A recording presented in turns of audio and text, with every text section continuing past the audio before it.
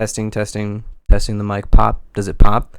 Does it pop? Why did the color change?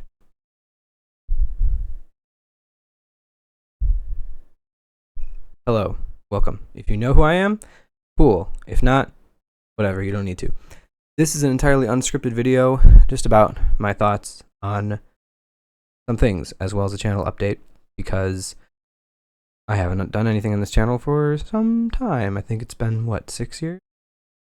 Anyway, I wanted to make this video because I have thoughts and ideas and plans, and I don't know, I just figured I have this channel, I haven't really touched it in a while, so it might be a good place to do some things. So, I am a professional musician. I teach voice, piano, violin, clarinet. You can see right here, right? Every musician's got a MIDI keyboard. I write music, trust me. I also play video games, I read, I'm currently writing a book that's coming out hopefully sometime in the future. I made a Facebook page for it, but I haven't updated it in a while. I am writing the book actively, I promise. So I wanted to do an update video just to be kind of like, here's what I'm doing in life. So I have some thoughts on the modern video game industry, and I'm sure a lot of other people do, and a lot of people probably share my thoughts, but I have some controversial takes that a lot of people might agree with, or might not, or might partially agree with. We'll see. Anyway, there's going to be some spoilers for some games in this video. Elden Ring, Red Dead 2, Resident Evil 4, Tears of the Kingdom. Those are probably the 4 big ones that I'll be talking about, but there'll be some others.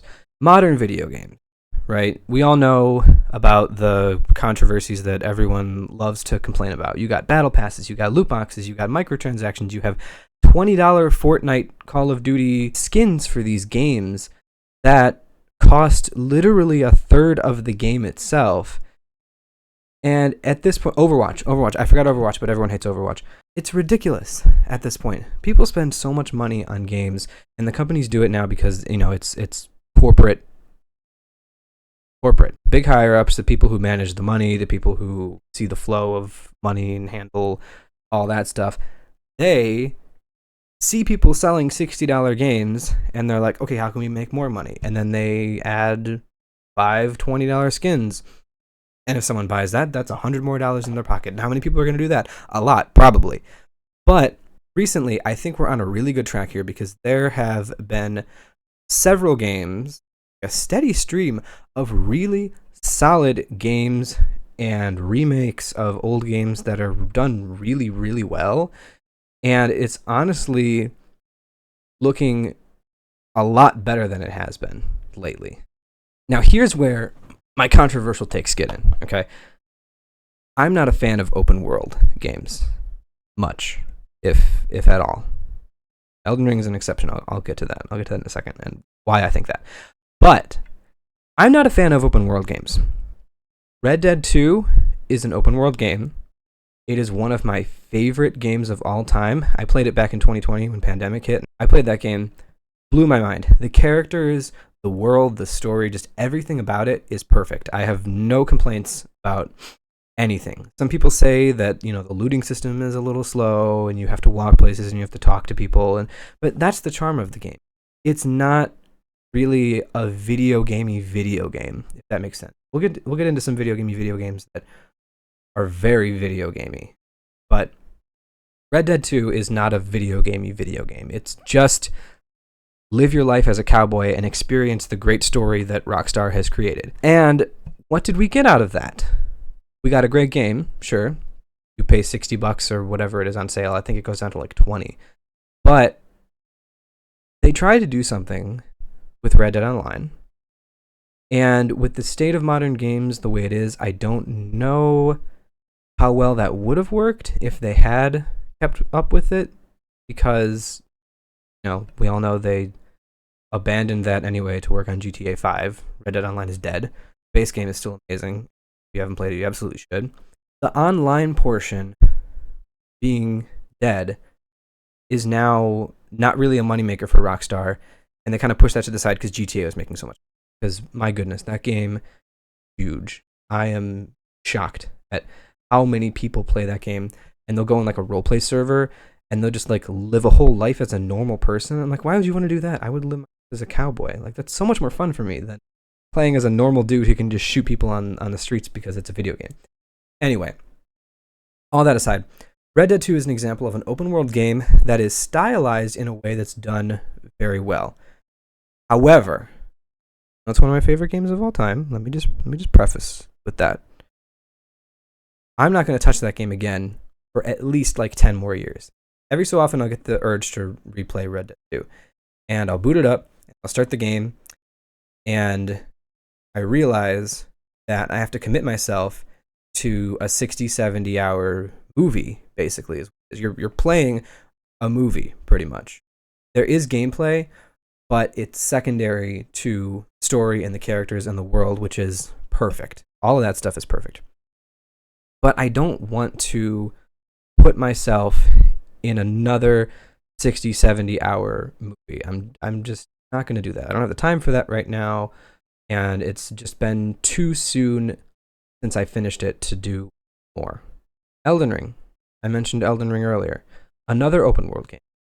But, however, this is a game that is open world, but in the opposite way of Red Dead 2, where Red Dead 2 is story focused, character driven, all about experiencing the narrative and living in that world and doing cowboy things as cowboys would. Elden Ring is not so much about the story. The story is really good in Elden Ring. Don't get me wrong, I love it. It was nominated for Best Narrative at that stuff, which people are mad about, but whatever. But story takes a backseat to gameplay. Gameplay and the bosses and the world design is top tier. That's what matters with Elden Ring. You spawn in, you're in the chapel, you go fight the first boss or whatever, you die inevitably because it's your first playthrough, or you kill him. I don't know if you're a god gamer. You're in the cave, finish the tutorial, whatever, you go up the little elevator thingy, and you pull open that door, and boom, it's all of Limgrave. It's just there. And there is so much to do. My first Elden Ring playthrough took me 150 hours, and I still didn't find everything. I spent maybe 25, 30 hours just in Limgrave before ever even stepping foot in Stormvale Castle. I wanted to experience every little bit of that game and every little detail. And here's where we get to one of my favorite things about Elden Ring that some people have a problem with, is that the second time around, and fourth and fifth, and I know I skipped 3, it doesn't hit as hard. It doesn't hit as hard as the first time you play it and you lift that door and you see Limgrave and the world is your oyster. Go do stuff, kill bosses, whatever, go have fun. And I think that's on purpose because the game is long. It's 150 hours if you go and explore everything. Even then, I mean, I didn't explore everything, but 150 hours. I don't want to do that again. I would much rather sit down, play the game, and take 15, 20 hours to beat the whole thing. Maybe less if I'm better. I much prefer that sort of game design. I have replayed Elden Ring 12, 13, 14, 15 times. I have done it so many times, but I have never taken 150 hours to do it. Maybe I'll go around, I'll explore a bit, I'll look at some stuff, I'll go in some caves, I'll fight some bosses, whatever. I'll do some other stuff, but mainly I know the path. I know what bosses to kill. I know where to go to get good loot. I know how to level up, find all the little bell bearings that get you stuff. I know the path, right? You're in Limgrave. What I do is I go down south to the Weeping Peninsula, go to Castle Morn, grab the big grafted blade, great sword, Game of Thrones inspired sword that's a bunch of swords together, basically. And then I head north. I go to Stormvale. I kill Godric, go up to Liurnia, kill Renala. I forget the bosses because they're all GR or M. Kill Renala. Take the lift up, go into Lanedell, do that thing in Lanedell with killing a Phantom, Godfrey version, whatever thing. Then you do the whole Mountaintop of the Giants, Baramazula, kill Malekith, come back, endgame. That's the path. I know what to do, I know how to do it, and I can speed through that on a new save file in 15, 20 hours, maybe. Possibly less. And even less if I'm doing it on New Game Plus. If I'm playing New Game Plus and I already have all the stuff, I am beelining it right for the final boss, just because the gameplay is so much fun, right? I have like my armor on, I've got Moonveil, Rivers of Blood, or my some other broken build, the big, like, I don't know, I'm dual wielding the Grafted Blade Greatswords, probably. And then I'll just book it to the end game and just beat the boss. And that is so much fun for me. Just playing the same thing over and over in a way that I know and I understand, and I can just go to the end and just do it, and I know exactly what to do. And some people don't like that. I, however, really like that. So let's talk about Resident Evil, which is kind of the same thing, right? Let's take the most recent one, Resident Evil 4, the remake. I played that game a lot. I have over 100 hours in that game now. My first playthrough took me 17 hours. That is the perfect length for a game, I think. Resident Evil 4 is one of the most perfectly paced, perfectly designed games of all time, and the remake only made it better, in my opinion. It doesn't change the original. It doesn't make the original obsolete. I can still go back and play the original. I did. Go back and play the original. Still have a great time. It still holds up. It's amazing. I love it. They're both perfect 10 out of 10 games. I have like literally no complaints for any of the remake. It's perfect. 17 hours for the first playthrough. And then, this is the thing I love most about games and why Resident Evil is one of the greatest franchises of all time, in my opinion. Then you replay it. And it's not the same. You can replay it with different weapons. You can get more powerful weapons. You can get infinite ammo. You can do challenge runs. You can try to beat the game on professional difficulty using only pistols and a knife if you want. You can try to beat the game knife only, no infinite durability knife. All of these challenges can be done, and they're fun, and they're different ways of playing the same experience. And that, I think, is the key to really great games. I poured over 100 hours total into Resident Evil 4 Remake at this point, as of recording this video. And we haven't even gotten Separate Ways DLC. That's coming. We all know it's coming. They already have the placeholder achievements on Steam. They've been there for months now. We know it's coming. That game design has given me so many hours of fun, but in little short bursts. And that is perfect. That is my favorite way to play a game. If I can play something in little short bursts and feel like I've completed a lot and just have a great experience doing that, I'm satisfied. That's what I'm looking for in a game. Something I can play for a short time and just have fun, right?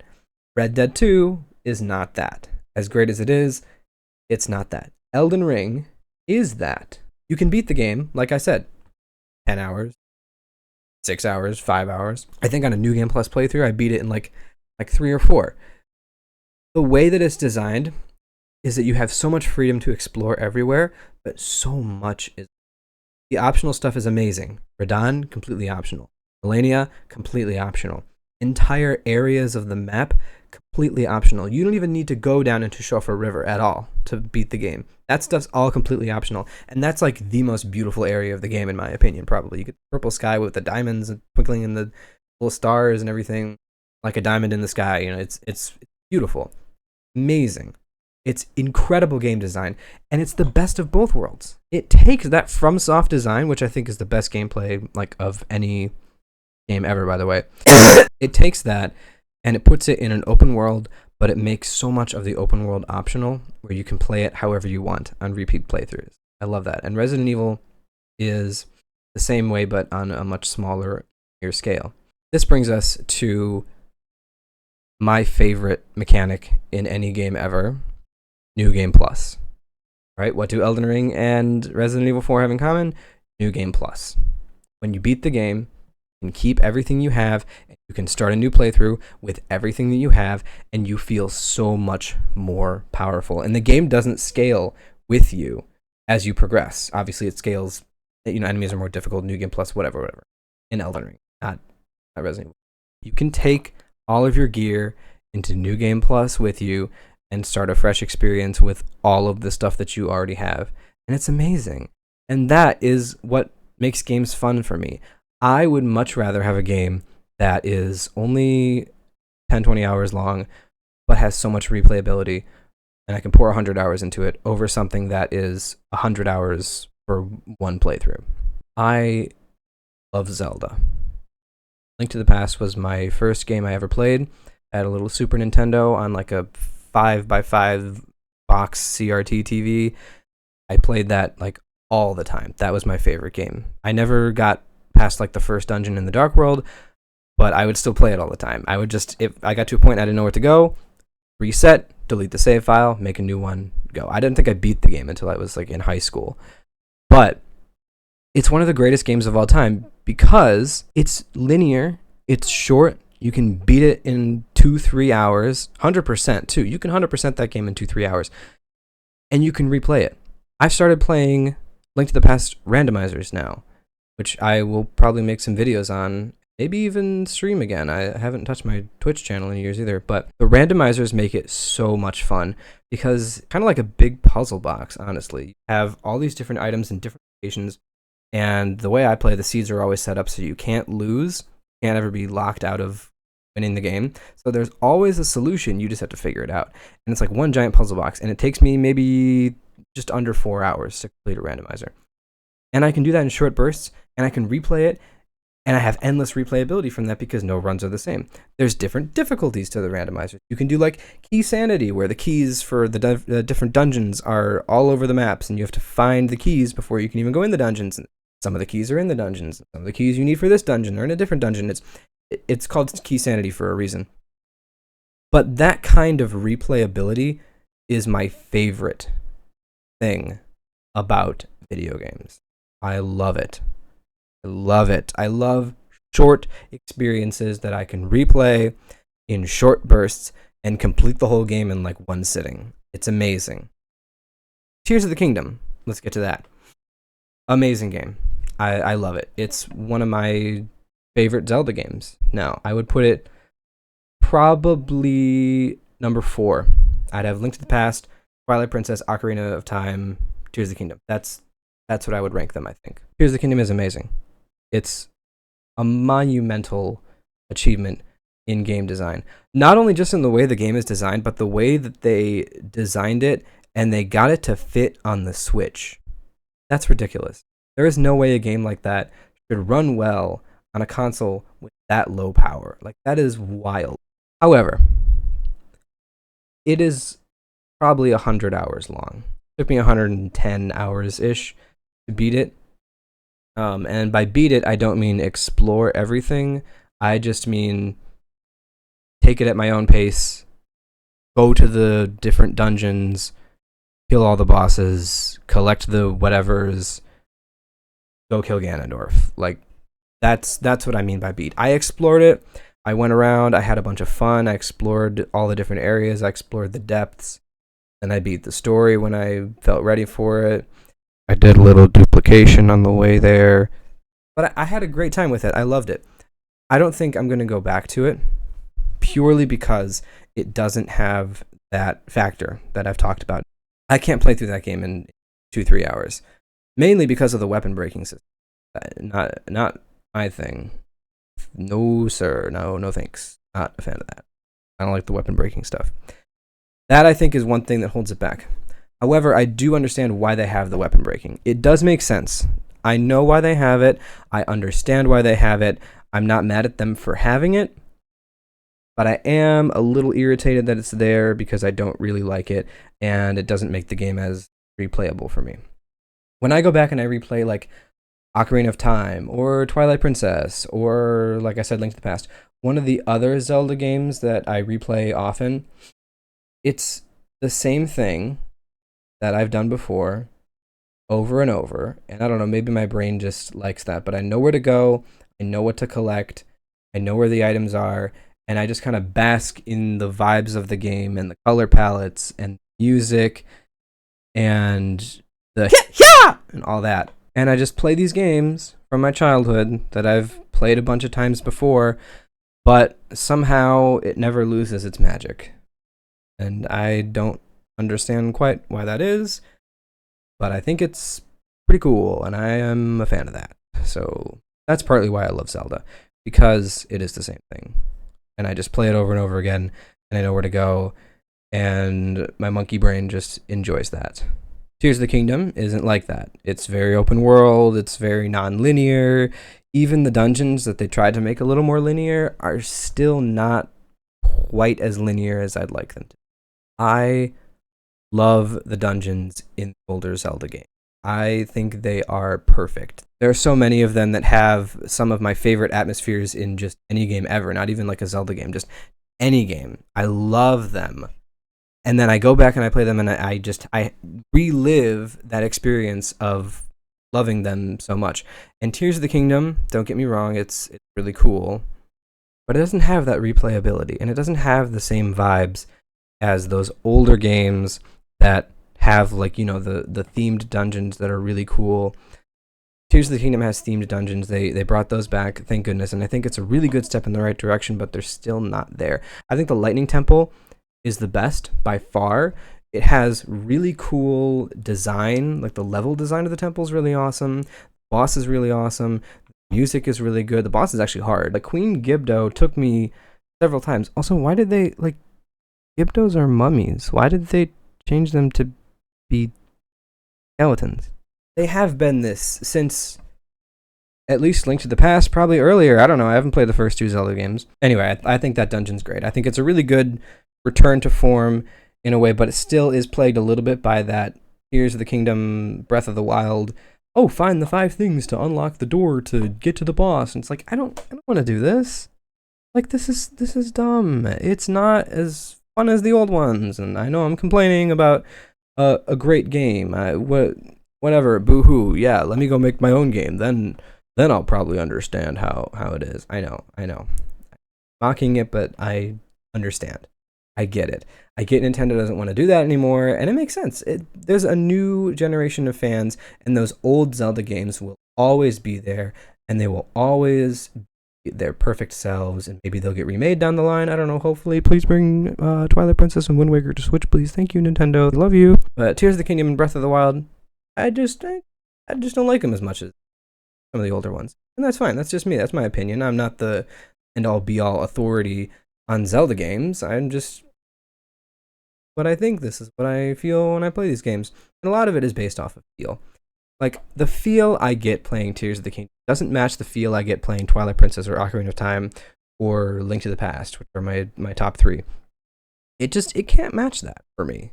And I don't know if it's a personal preference or just my mental state nowadays, but it can't quite match that. One of my favorite games ever of all time, and I might get some hate for this, Dark Souls 2. Simply because of the vibes, of the way that the levels are designed, the way that the world looks, and the music, even though there is very little of it. But, you know, Majula just hits, man. Majula will hit you, knock you out.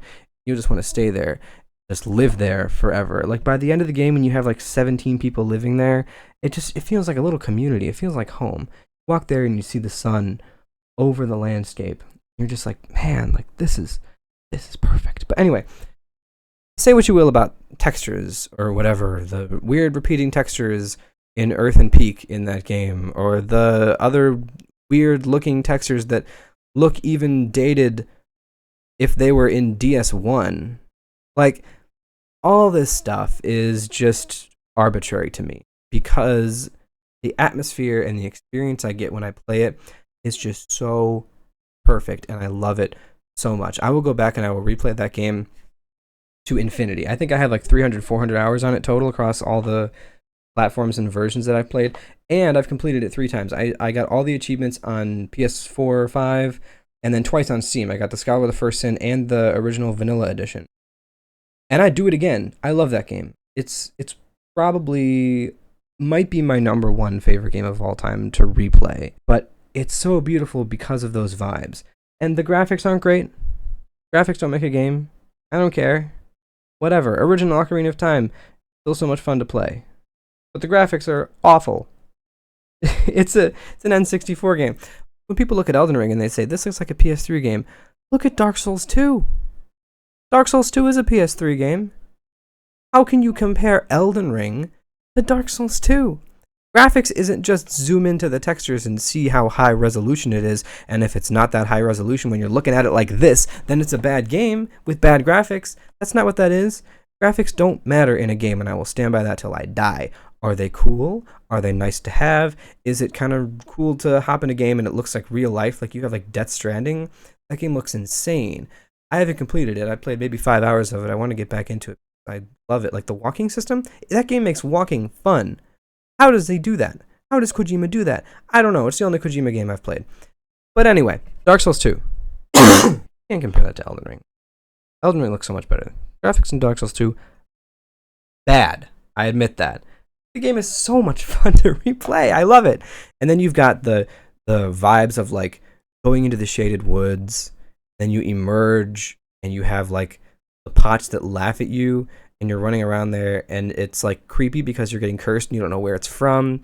Or you have like, even though I hate it, Shrine of Amana has amazing vibes. You walk in there and you see just the roots in the ceiling. You can see like the light poking through the roots in the ceiling. And then you have 50 million magic missiles coming right into your face because there's all those caster like women that just stand there and just shoot you, and they move at like half a mile an hour, but still every single one of them hits you somehow. But anyway, the vibes in that game are immaculate.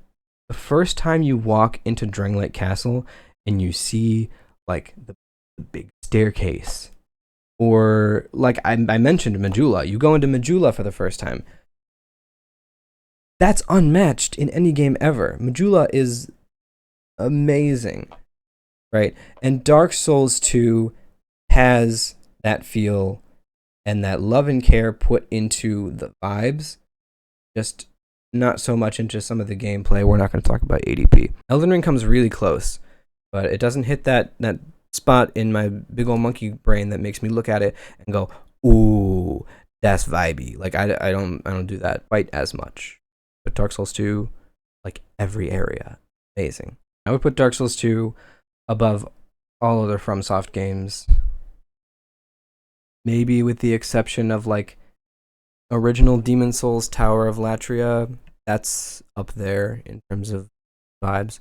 But there aren't really any other places in like Dark Souls 1, Bloodborne, DS3, Sekiro that really make me feel the way that Dark Souls 2 does. And that's what I'm looking for most. That feeling. The feeling that just hooks me in. But all of these games hook me in for different reasons.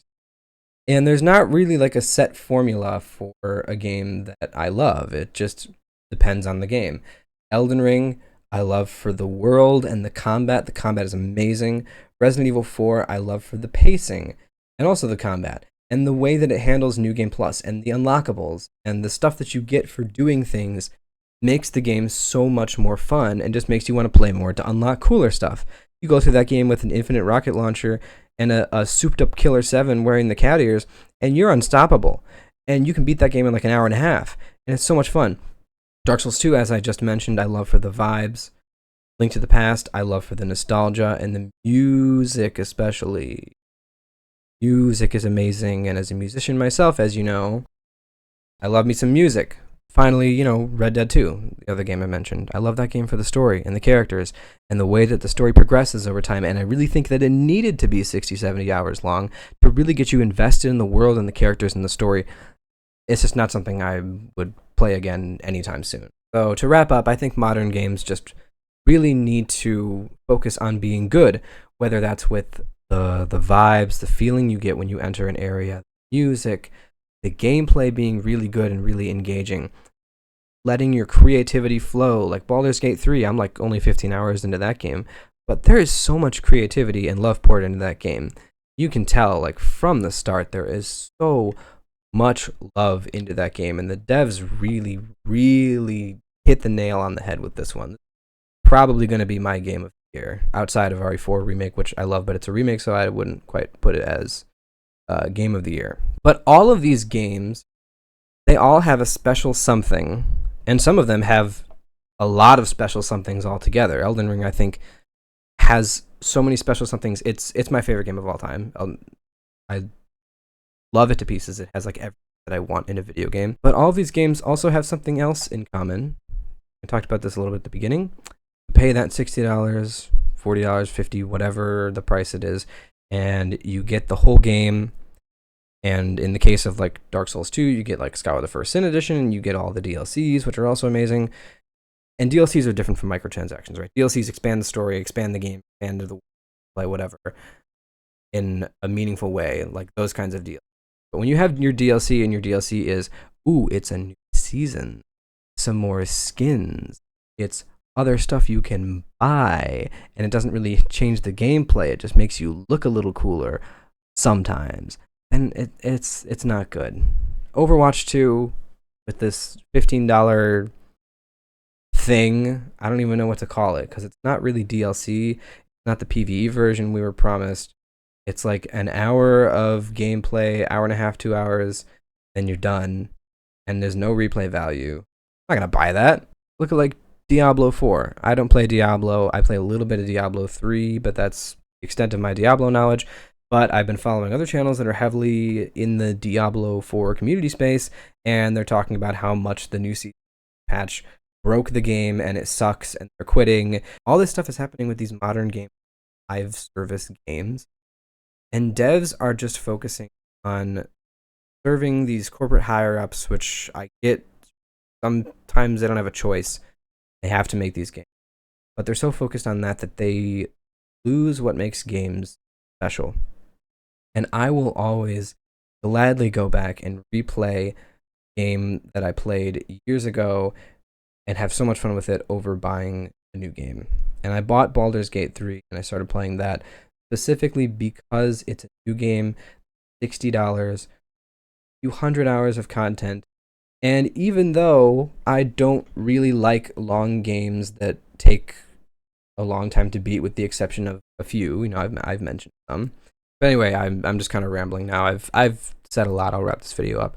But there's not really like a big overarching point to this video other than just kind of explain what I don't like about the gaming industry these days, what I do like about the gaming industry these days and in the past, and kind of what I'm hoping for the future, and also give a little channel update because I want to do more stuff with my channel here.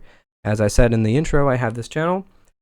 I haven't touched it in years. I kind of want it back, maybe write a little bit of music. I'm not going to pull the piano out again, but it's right there. There it is. Might do some more of that. Might play some games on here. Might just, I don't know, monetize my hobbies if I can in a way, because right now I'm not. So see how that goes. I'll just kind of do this and maybe I'll get an audience. I don't know. I don't care. I'm just going to try. It's all for fun anyway. Everyone starts just for fun. So anyway, thank you for listening to my video. Thank you for watching if you made it all the way to the end. If you'd like to support me, I don't have a Patreon. I don't have anything. Go away. Watch my video. I love you. Bye.